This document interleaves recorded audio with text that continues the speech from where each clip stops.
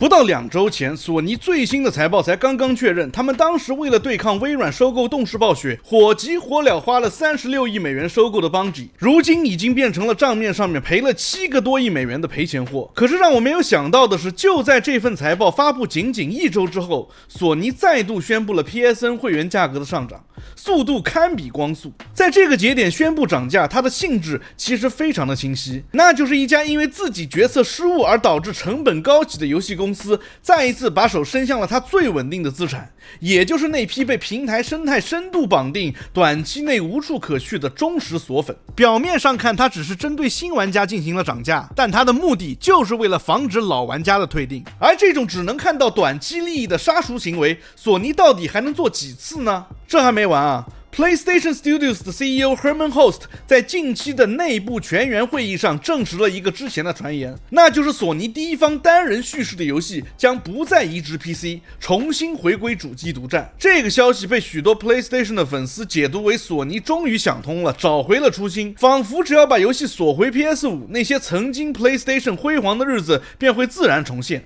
但是這個邏輯有一個致命的缺陷，那就是如今的 PlayStation 已經拿不出足夠分量的獨佔遊戲內容來支撐這道獨佔的城牆了。與此同時，索尼的對手們卻沒有停下。Xbox 最近展現出一系列站在玩家這邊的動作，而 Steam 主機更是已經箭在弦上，蓄勢待發。所以今天的這期節目，我想聊聊為什麼重回獨佔對於索尼來說其實並沒有什麼卵用，以及它的競爭對手們正在如何步步緊逼。大家好，歡迎來到對我頻道，我是老九。其實在上次索尼被爆出要回歸獨佔的時候，我就已經給出了自己的觀點。這次在他們的 CEO 正式確認了此事，且看到索尼最新的財報之後，我現在有了一些新的見解，想要分享給大家。之前我就說過，索尼做 PC 移植這件事背後的算盤從來不只是多一個平台多一份收入這麼簡單而已，更深一層的邏輯是希望 PC 玩家在玩過索尼的第一方大作之後，能被轉化為未來潛在的 PlayStation 用戶。畢竟遊戲賣在 Steam 上是要被抽走30%的收入的，但是如果這個玩家最終買了主機，訂了 PS Plus， 又在 PSN 上消費了，那錢才算是真正的進了索尼自己的口袋。之前鬧得沸沸揚揚的《地獄潛兵2》強制綁定 PSN 的事件，其實不僅僅是因為高層想讓 PSN 的月活更加好看，更是為了通過這款遊戲觀察有多少 PC 玩家被轉化成了 PS 的玩家。但是從這幾年索尼財報上低迷的 PC 銷售成績來看的話，這種讓 PC 玩家變成 PS 玩家的轉化根本沒能成功，反而是拉了不少 PS 玩家轉頭變成了 PC 玩家。有的人可能會說了， PC 移植的銷售額低迷不就代表 PC 市場本來就沒有多少油水可撈嗎？但是卡普空連續3年的財報直接拆穿了這個借口，人家的 PC 銷量能夠佔到總銷量的1半，所以索尼 PC 戰略的失敗根本不是市場和玩家的問題，而是他做的遊戲和他的發售策略沒人買賬而已。一款遊戲在剛發售熱度最高的時候，索尼選擇不上 PC， 等熱度過去了再端上來，而且還是全價。這種節奏對於從來不缺遊戲的 PC 玩家來說幾乎沒有任何吸引力。那問題就來了，既然這條路走不通，索尼為什麼不乾脆同步發售呢？答案其實也很簡單，因为索尼不願意。因為一旦同步發售，就意味着他要放棄對平台的控制權，同時還要接受 Steam 的抽成，甚至削弱自家主機的吸引力。於是你會發現，他的選擇空間其實是被自己給鎖死了。延遲發售行不通，同步發售又不願意接受，那最後就只剩下了一條路，也就是所謂的回歸獨佔。回歸獨佔在本質上不過是策略失敗之後的無奈之舉罷了。回歸之後，這張獨佔牌能不能打得出去，取決於未來的獨佔遊戲夠不夠硬，夠不夠多。可是現在的情況卻是，第一方工作室為了美化財報，一家一家的被關掉，主力團隊不是深陷服務型遊戲的泥潭，就是項目遙遙無期，要麼就是被 DEI 滲透了個底兒掉。現在的索尼本家獨佔遊戲就像是一道上鎖的門，門是鎖上了，但是門鎖背後裡面卻空空如也。All in 服務型遊戲失敗之後，面對 PS5 世代如此可悲的本家遊戏產量，索尼今天再去高喊什麼所謂的獨佔，其實更像是在給消費者憑空畫大餅，強行灌輸一種早已縮水的心理預期，而且這種洗腦正在迅速的失效。很多選擇 PS5 的玩家對於獨佔遊戲其實抱有一種我可以不玩，但是我不能沒有的心態，他們其實並不在乎獨佔。數據是最直接的，直接拉動 PS5 硬件銷量最顯著的遊戲不是戰神，不是地平線，而是 FIFA 和 NBA 2K 這種跨平台遊戲。2023年10月，也就是漫威蜘蛛俠2發售的那個月，英國超過一半的 PS5是和 FIFA 24捆綁賣出去的，而蜘蛛俠2的同捆版僅佔總銷售額的 6%。也就是說，絕大多數買 PS5 的人，他們只是需要一台能玩 FIFA、能玩使命召喚的機器罷了。那些真正為了獨佔而買 PS5 的玩家當然存在，但根據索尼最新財報的數據來看的話，在 PS 平台上售出的所有遊戲裡，第一方獨佔遊戏的占比只有 10% 左右。換句話說，大約90%的 PS5 用戶根本就不是衝着獨佔去的，他們看中的其實是索尼長久以來積累的品牌口碑。那有的人就要说了，既然大部分用戶都不在乎獨佔，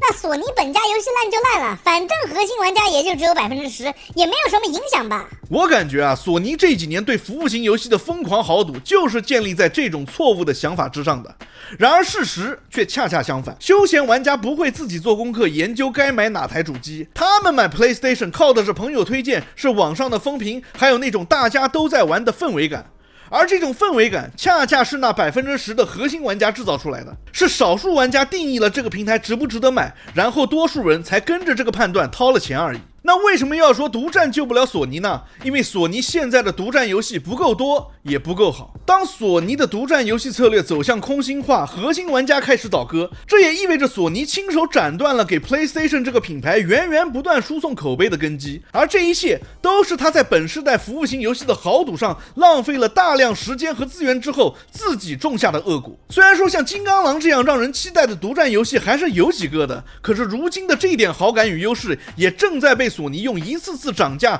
背叛和層出不窮的負面新聞迅速的消耗殆盡。索尼折騰到最後，現在明明沒啥獨佔，是個空心大佬，卻還要強調回歸獨佔不肯放手的原因，不是因為回歸初心，而是因為他很清楚，一旦 PlayStation 失去了差異化，失去了那種獨佔遊戲的品牌口號，它在價格和服務上的品質根本就是不堪一擊。索尼現在再提回歸獨佔已經太遲了，市場已經變了，好玩的游戲太多了。在越來越多的核心玩家發現這張大餅不能兌現，且加速離開 PS 的時候，這種情況將會是必然的。非核心用戶也只會緊隨其後，他們一旦發現了更好用的遊戲系統，一定會毫不猶豫地轉台。而更致命的是，偏偏在這個時間點，他面對的競爭對手比任何時刻都要更加強大。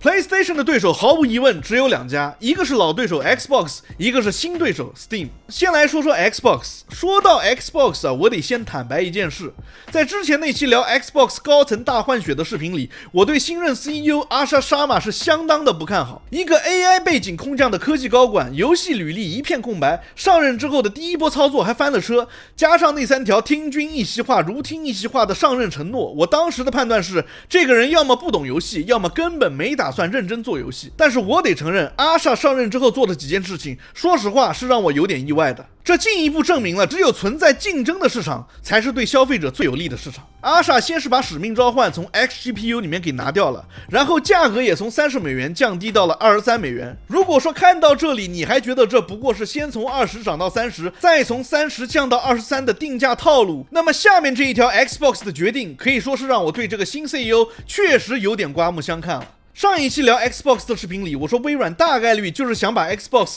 改造成 AI 生態的消費端入口，遊戲版的 Copilot 就是這個戰略的第一步。而阿莎作為前微軟 Core AI 的總裁，現在竟然直接叫停了主機和移動端 AI 的開發，把這個玩家普遍反感的 AI 強行介入遊戲體驗的功能給下線了。玩家社區對這件事情的反應也非常的正面，很多之前對他非常不待見的核心玩家和博主也不得不承認這一刀砍得非常的乾脆。除此之外，他還重新把 Xbox 這個品牌放回到了舞台的中央，推出了新的 logo 和新的成就系統等等。當然啊，我不是說阿莎已經拯救了 Xbox，3個月的時間太短，遊戲陣容、定價區間、下一代主機的實際表現，這些真正決定生死的事情一件都還沒有落地。他的 AI 背景到底會在未來把 Xbox 引向哪裡，也沒有人知道。但就他目前這幾個月的動作來看，他至少做對了一件事情，那就是讓玩家覺得 Xbox 有在聽玩家的意見。不過說到底啊，這一切并不是因為微軟大發慈悲，突然就願意傾聽玩家了，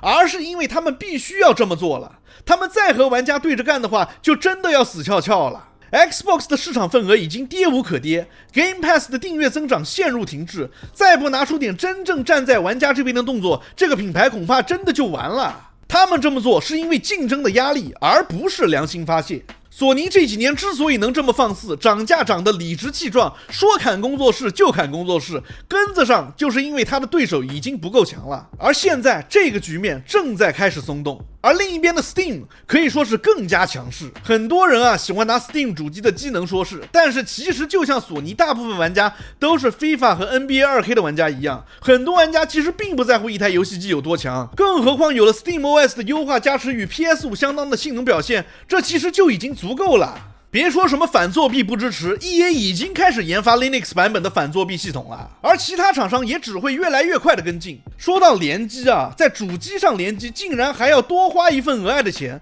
這本身就已經很離譜了。而這次索尼漲價漲的就是第一檔會員，瞄準的就是那些想要聯機才不得不訂閱一個最低級別的 PSN 用戶。之前我還看到有人在那洗地啊，說什麼只有3個月和1個月的會員費漲了，包年的沒變啊。不知道說這話的人啊，有沒有意識到索尼就是在把你往包年的那個選項上逼呢？這一下子短期的財報又要變得更好看了呀！但是玩家不是傻子，一而再再而三的漲價只會讓聯機不要錢的 Steam 越來越眉清目秀。而當反作弊完備，當 PC 遊戲也能夠擁有主機客廳的絲滑體驗之後，那些不在乎獨佔只玩使命召喚 NBA 的大多數休閒玩家也絕對會頭也不回的拋棄 PlayStation。當 Xbox 開始調整姿態， Steam 不斷擴大影響力的時候，最尷尬的反而是索尼。他無法徹底放棄獨佔，本質上是因為在長期缺乏競爭的環境裡被慣壞了，他的服務能力和對玩家需求的理解早已嚴重脫節。Later。所以問題其實已經不是索尼回歸獨佔有沒有用這麼簡單而已了，而是整個行業的競爭結構已經發生了改變。Xbox 在調整姿態，嘗試重新贏得玩家的青睞， Steam 也在繼續擴大 PC 端的優勢，兩邊的變化本質上都是在擠壓傳統主機的生存空間。索尼現在最尷尬的地方就在於它被卡在了中間，一邊需要依賴獨佔的口號維持存在感，一邊又要承受價格和服務上的持續性壓力，這讓他過去的那套靠內容護城河建立優勢的邏輯變得越來越不穩固。當競爭重新變強時，再忠實的玩家也有可能反水，更別說你的服務質量根本不值一提了。說到底，遊戲行業的未來將不再屬於誰能鎖住玩家，而是屬於那些不需要鎖住玩家的人。